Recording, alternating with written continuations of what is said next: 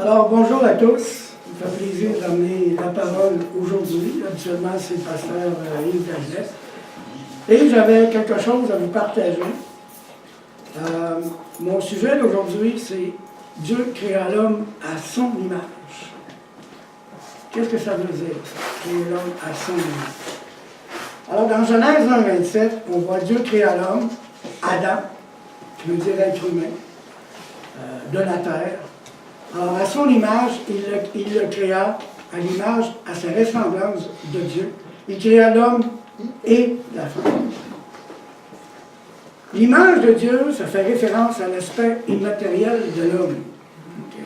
Dieu est esprit, qui le met à part du règne animal, le rend digne de la domination que Dieu lui a confiée sur la terre. Quand Dieu a créé Adam, il ne l'a pas créé nono. Il était intelligent. On dit d'ailleurs que le péché obscurcit l'intelligence. Mais avant que Adam pêche, d'après moi, il était brillant. Il est même très brillant. Dieu le visitait le soir. OK? Il y avait une communication avec Dieu. Je pense que la communication devait être quand même assez à un haut niveau. OK? Alors, dans Genèse 2,7, on dit « L'Éternel Dieu forma l'homme de la poussière de la terre et souffla dans ses narines un souffle de vie, et l'homme devait un être vivant. » Et regardez qu'est-ce que Dieu a fait. Dieu les bénit, dans Genèse 1,28, et Dieu leur dit « Soyez féconds, multipliez, remplissez la terre. » Il leur demande ça. Et l'assujettissez. C'est quoi ça, l'assujettissez? T'as dominé. C'est au contrôle.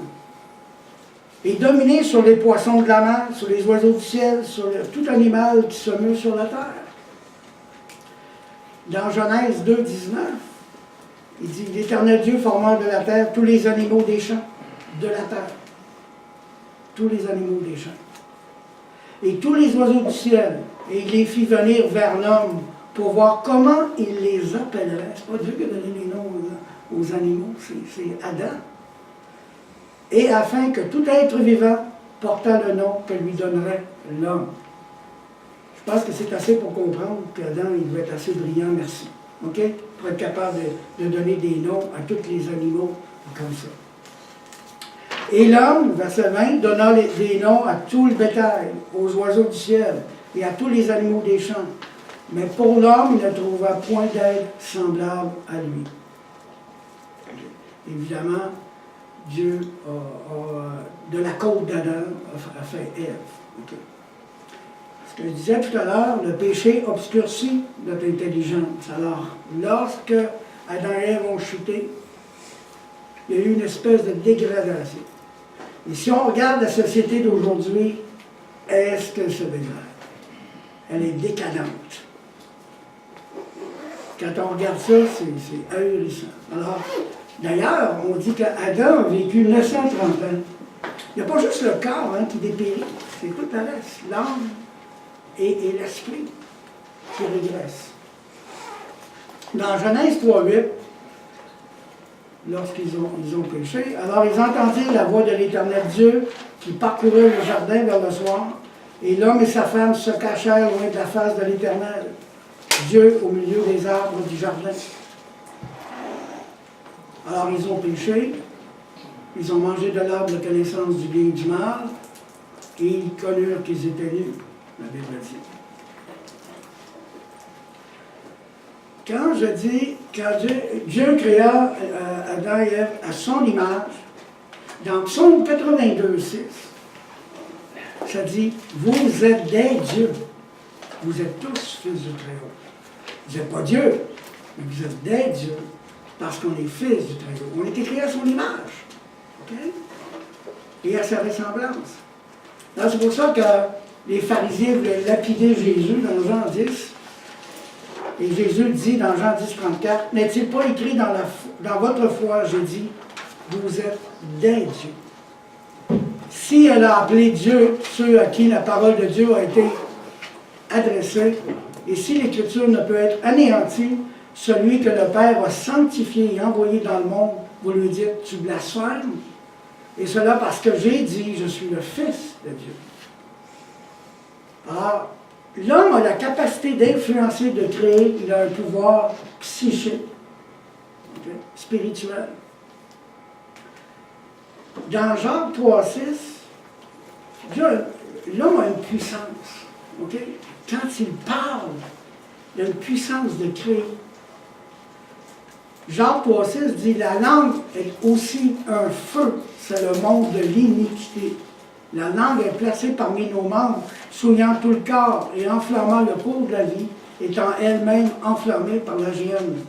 Toute espèce de bêtes et d'oiseaux, de reptiles et d'animaux marins sont domptés et ont été domptés par la nature humaine. Mais la langue, aucun homme ne peut la dompter, c'est un mal qu'on ne peut réprimer. Elle est pleine de venin mortel. Là, Jésus dit, c'est de l'abondance du cœur que la bouche parle. Qu'est-ce qu'on a dans le cœur? Quand on rencontre quelqu'un, puis selon la conversation, on voit qu'est-ce qui est prioritaire. Un sportif va parler du sport. Un artiste va parler de l'art, ainsi de suite, ainsi de suite. OK? C'est étrange quand... je vais vous conter une petite histoire. C'était pas prévu, mais... conter une histoire, c'est deux personnes qui ont travaillé ensemble depuis des années. Je ne me souviens pas si c'était 20 ou 30 ans, peu importe, ils travaillaient ensemble, face à face. Imaginez-vous, c'est la dernière journée de travail qu'ils ont reconnu qu'ils étaient chrétiens tous les deux. Moi, je trouve qu'il y a un problème là. La première chose, quand je rentre quelque part et que j'ai l'occasion, je ne force pas, mais si j'ai l'occasion de parler du Seigneur, vous pouvez être sûr qu'ils vont le savoir. OK? Ça ne sera pas long. Évidemment, je me laisse guider par le Seigneur, inspiré par le Seigneur. Je ne force pas personne. Alors, au verset 9, ça dit, par elle, nous bénissons le Seigneur, notre Père. Et par elle, nous maudissons les hommes faits à l'image de Dieu. De la même bouche sortent la bénédiction et la malédiction. Il ne faut pas, mes frères, qu'il en soit ainsi. Et là, je reviens à la confession de la bouche, c'est une grande influence dans notre vie sur les événements. C'est de l'abondance du cœur que la bouche parle, auquel on retrouve dans Luc 6,45, dans Matthieu 12,34. Même si on a une nature pécheresse, nous reflétons toujours l'image de Dieu. Régresse, mais on reflète toujours l'image de Dieu. Et gloire à Dieu, le deuxième Adam, okay, Jésus est venu pour nous donner son esprit. Que Dieu vienne mettre son esprit en nous, pour nous régénérer. Sinon, là, si on n'était pas régénéré, là, je pense qu'on serait déjà disparu. Si Jésus n'était pas venu sur cette terre, on serait déjà disparu. C'est à cause de nous que la terre existe encore. Et ça, les gens dans le monde ne le savent pas. Mais nous, on le sait. Il y a une puissance dans nos paroles, et celle de Dieu. D'ailleurs, c'est la raison pour laquelle nous prions à haute voix. Okay. Dieu est esprit. Pourquoi quand Dieu a créé le monde, Dieu est un esprit? Pourquoi il n'y a pas, c'est pas écrit « Dieu pensa et les choses sont venues ». Dieu dit.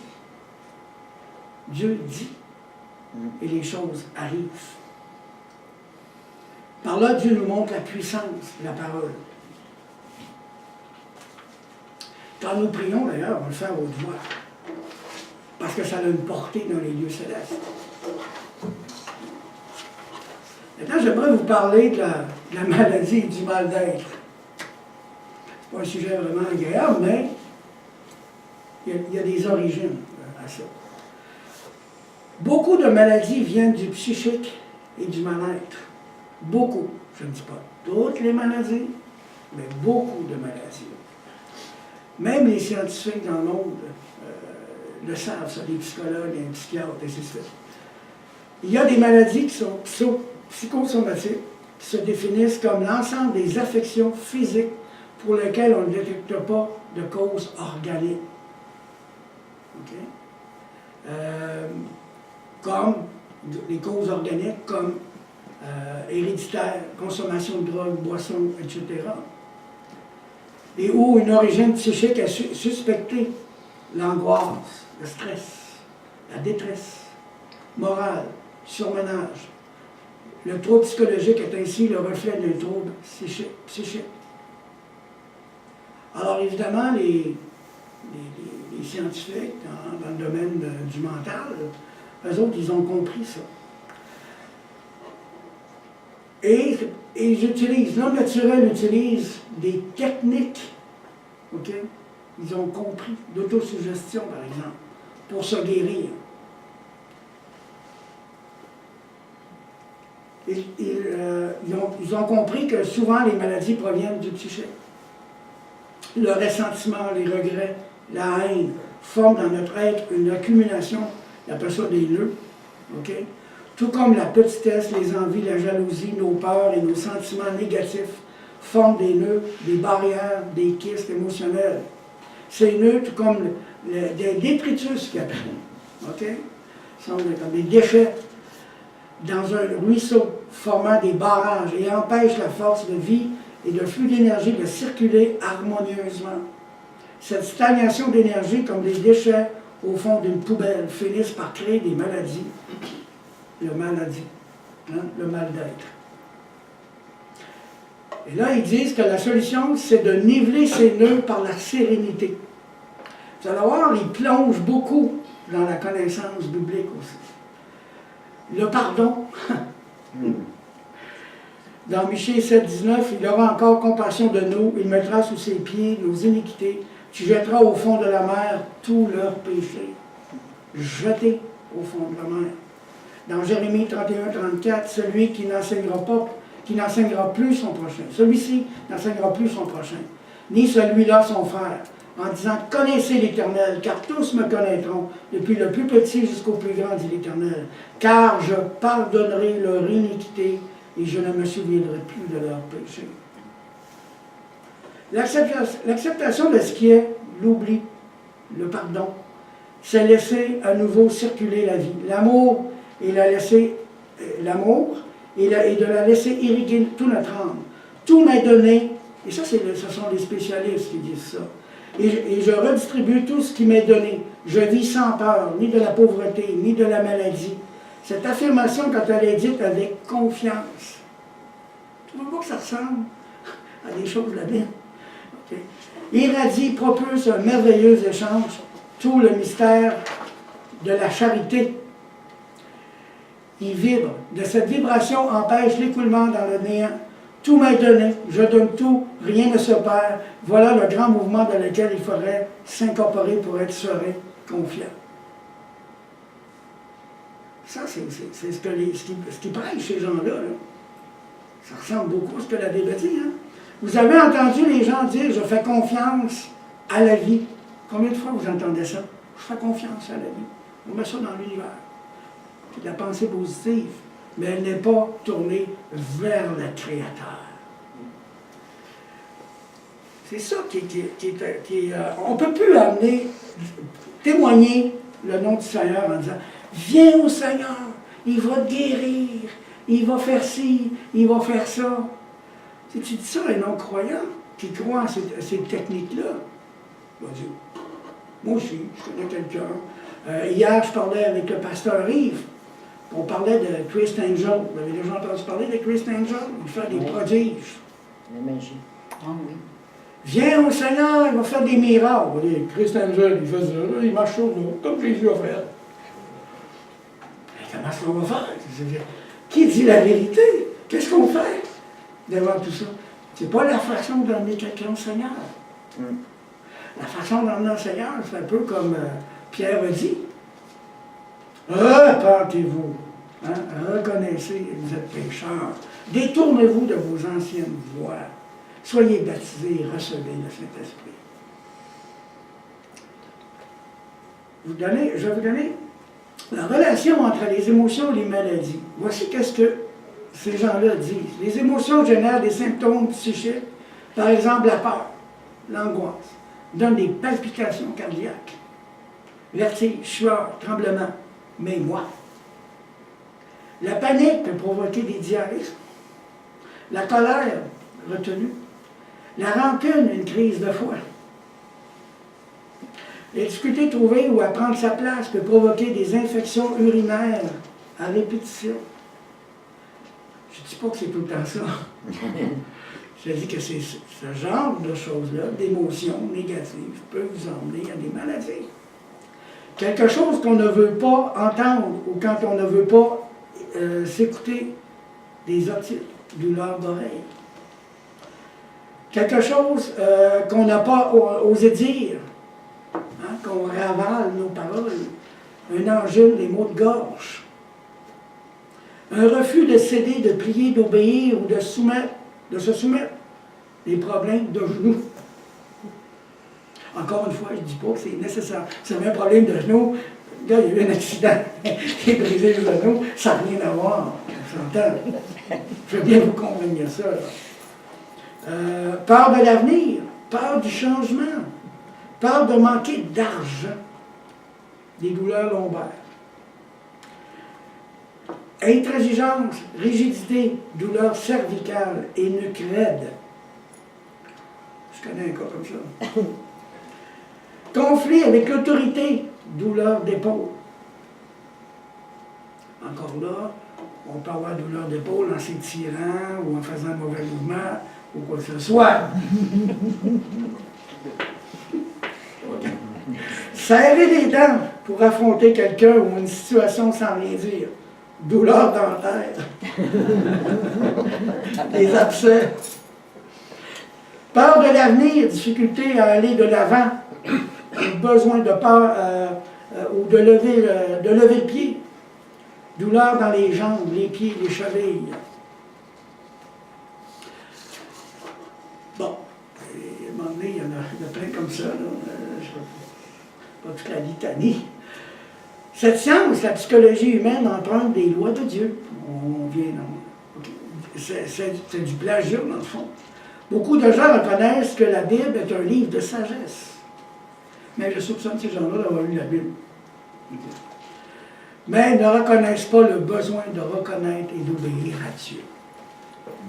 C'est là, nous, on doit obéir, reconnaître Dieu, se confier, croire en lui, croire qu'il est au contrôle de toutes choses.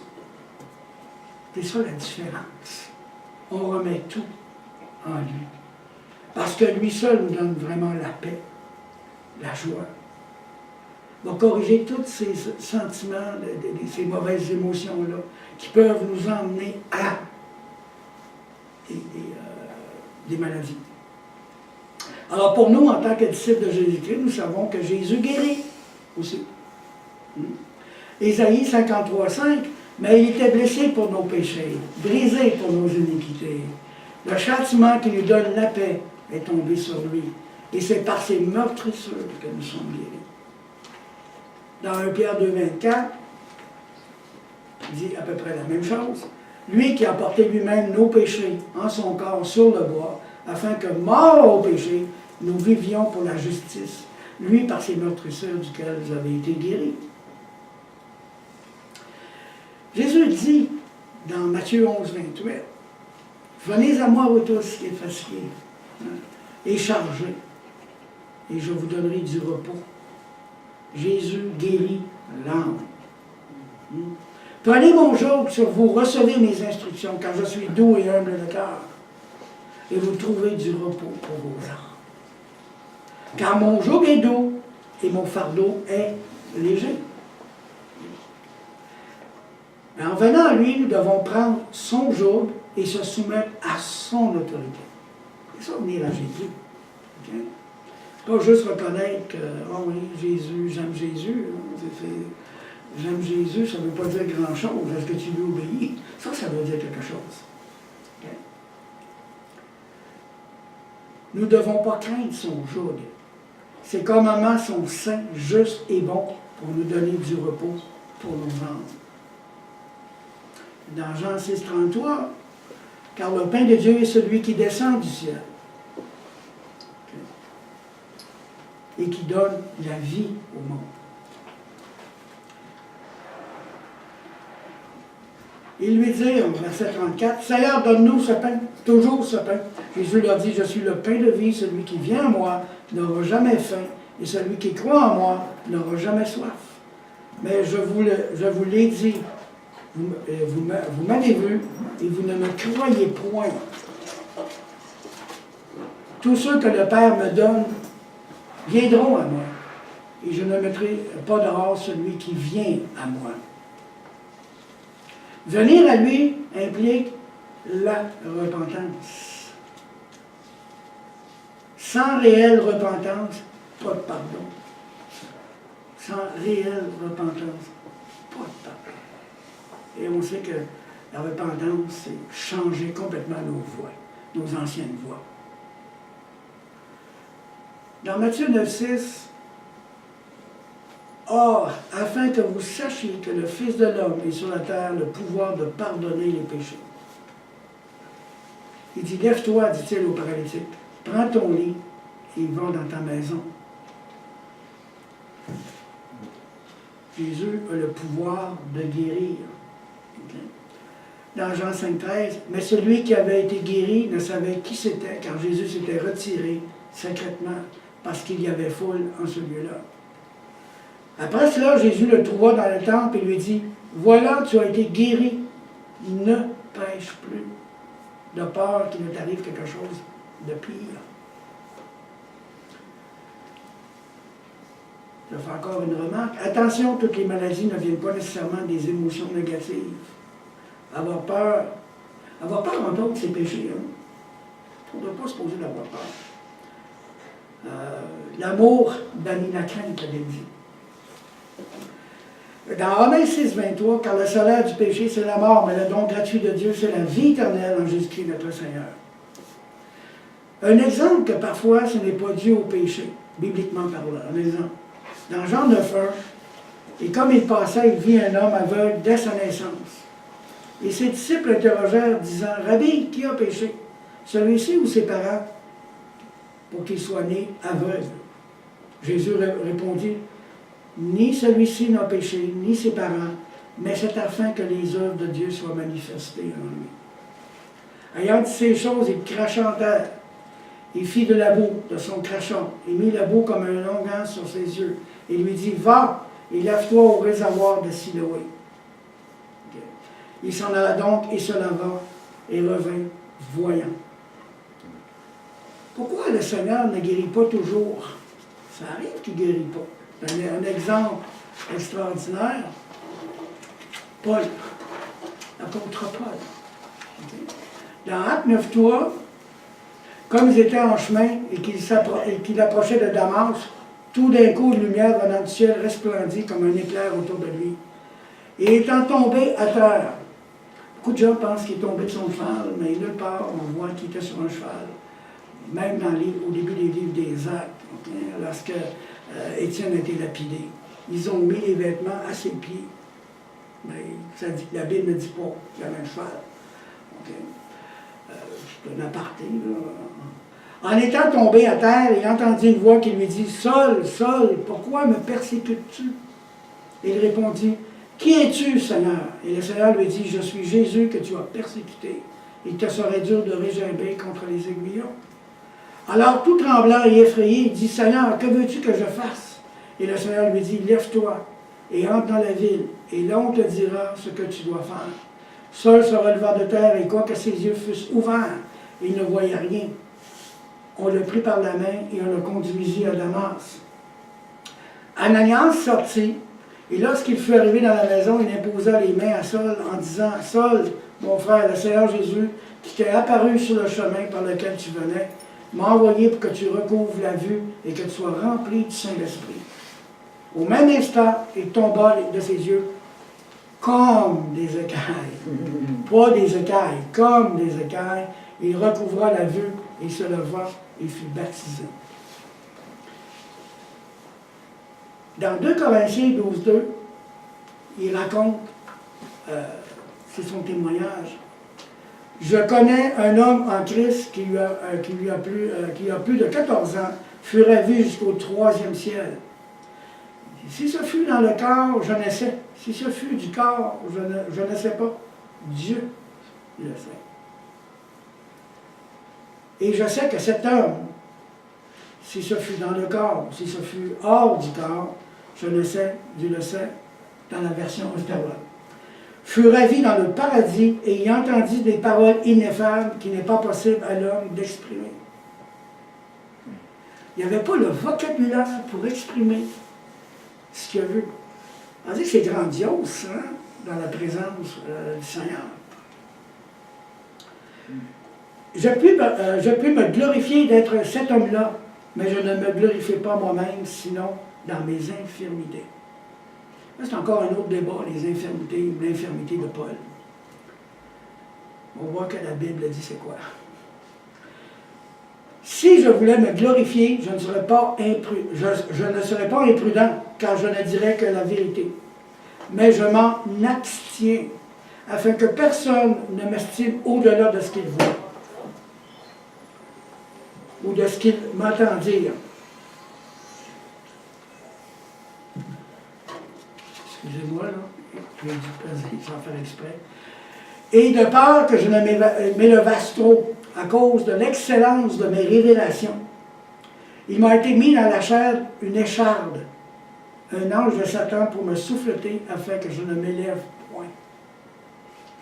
Vous savez, quand on est très orgueilleux, puis l'orgueil, c'est le premier péché, puis c'est ça qui le combat de chacun de nous, l'orgueil. Hein? On veut tout le temps s'élever. Et c'est très difficile de rester humble. Pourtant, la parole de Dieu dit, Dieu fait grâce aux humbles et résiste aux orgueilleux.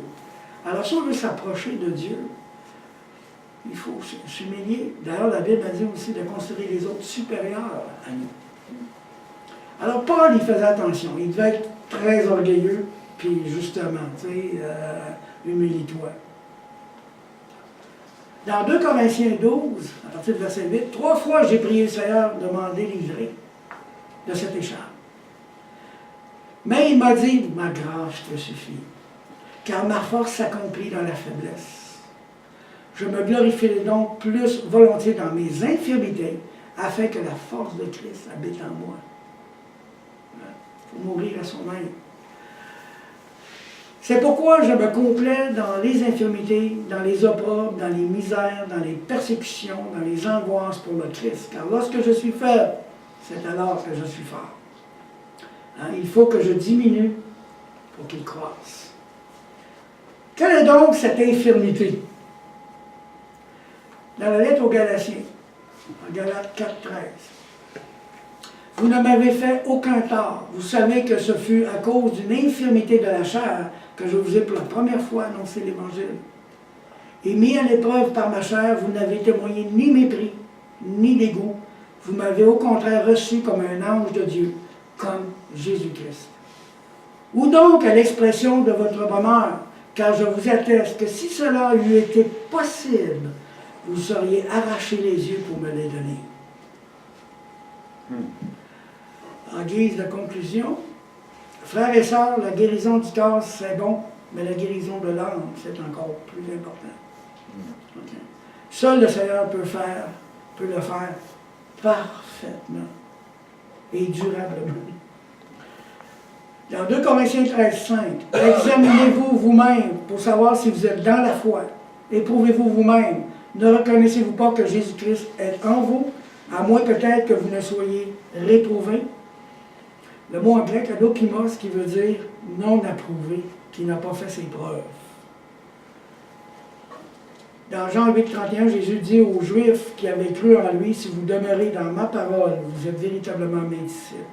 Vous connaîtrez la vérité et la vérité vous affranchira.